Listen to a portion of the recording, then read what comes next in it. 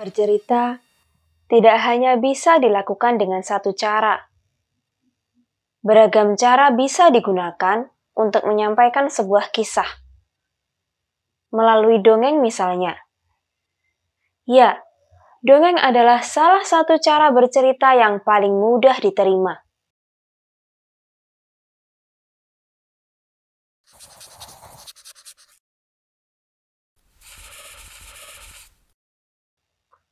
Halo adik-adik, bagaimana kabarnya? Semoga sehat selalu ya, dan senantiasa dalam lindungan Tuhan Yang Maha Esa. Jangan lupa untuk selalu menjaga pola hidup sehat, beribadah kepada Tuhan, serta bersyukur atas apa yang kita peroleh hari ini. Kesehatan adalah salah satu hal yang pantas kita syukuri ya adik-adik. Karena dengan kamu bersyukur, artinya kamu telah menghargai pemberian Tuhan yang tiada duanya ini. Adik-adik, pernahkah kamu mendengarkan dongeng? Atau kamu senang dibacakan dongeng ketika akan tidur? Nah, dongeng apa sih yang senang kamu dengarkan adik-adik? Masih ingatkah kamu apa judul dongeng yang paling kamu sukai? Kali ini kita akan membahas tentang salah satu dongeng ya adik-adik. Apa ya tema dongeng yang akan kita bahas hari ini? Ayo kita simak bersama apa itu dongeng.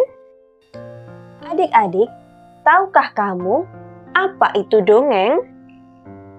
Dongeng merupakan warisan dari nenek moyang kita loh adik-adik. Dan tentunya warisan ini wajib kita lestarikan. Dongeng merupakan suatu karya sastra yang bisa membangun karakter anak untuk belajar berimajinasi. Melalui dongeng, kalian akan terlatih untuk membayangkan atau berimajinasi tentang tokoh dan kejadian dari dongeng yang sedang kamu baca maupun kamu dengarkan. Nah, sebenarnya apa arti dari dongeng itu? Adakah di antara kalian yang sudah mengetahui artinya?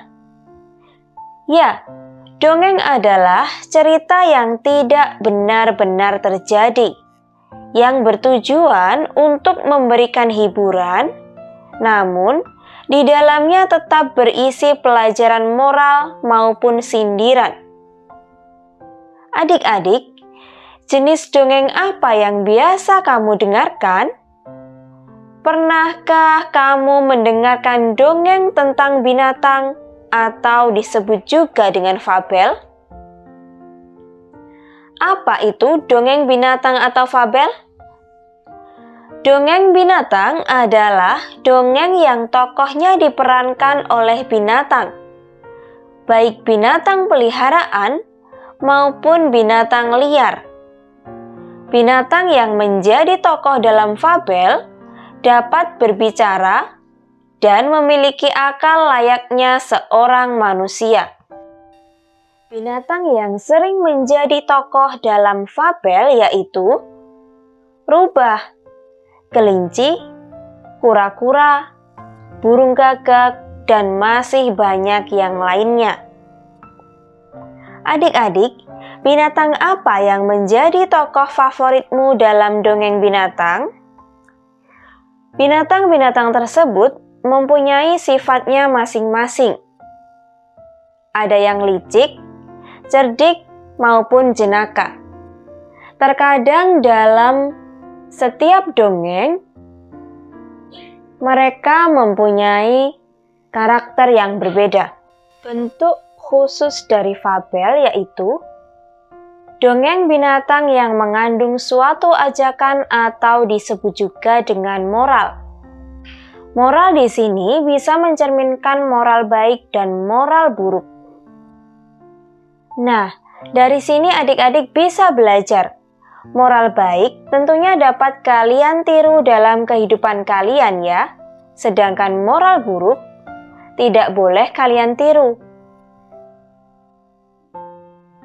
Lalu, apa saja contoh fabel yang bisa kita dengarkan?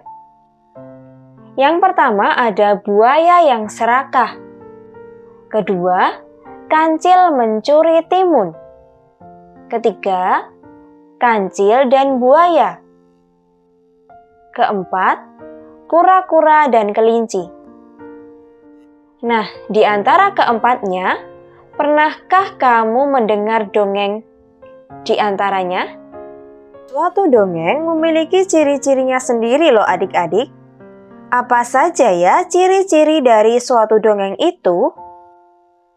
Suatu dongeng biasanya disampaikan secara lisan, bersifat anonim, atau nama penciptanya tidak diketahui. Biasanya memiliki kata-kata klise, ungkapan tradisional, dan menggunakan kata-kata baku. Dongeng biasa digunakan sebagai hiburan yang bersifat mendidik atau sebagai suatu protes terhadap suatu kejadian, serta memiliki alur yang sederhana.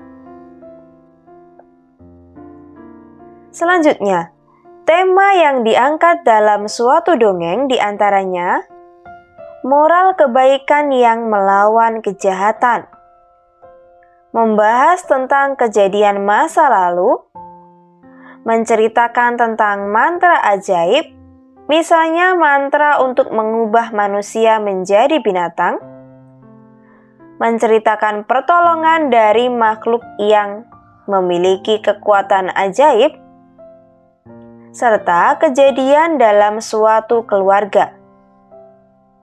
Nah, adik-adik, bagaimana? Sudah semakin paham ya tentang materi dongeng binatang atau fabel? Ketika kalian mendengarkan suatu dongeng binatang, coba kamu temukan pesan apa yang kamu dapatkan, karena dalam suatu fabel pasti memiliki pesan yang ingin disampaikan, yang tentunya akan bermanfaat untuk kehidupan kalian. Ketika kamu mendapatkan pesan moral yang buruk, kamu tidak boleh menirunya ya adik-adik. Kamu bisa mengambil pesan baik dari setiap dongeng yang kamu dengarkan. Oke, sekian dulu ya belajar kita hari ini. Sampai jumpa di episode selanjutnya.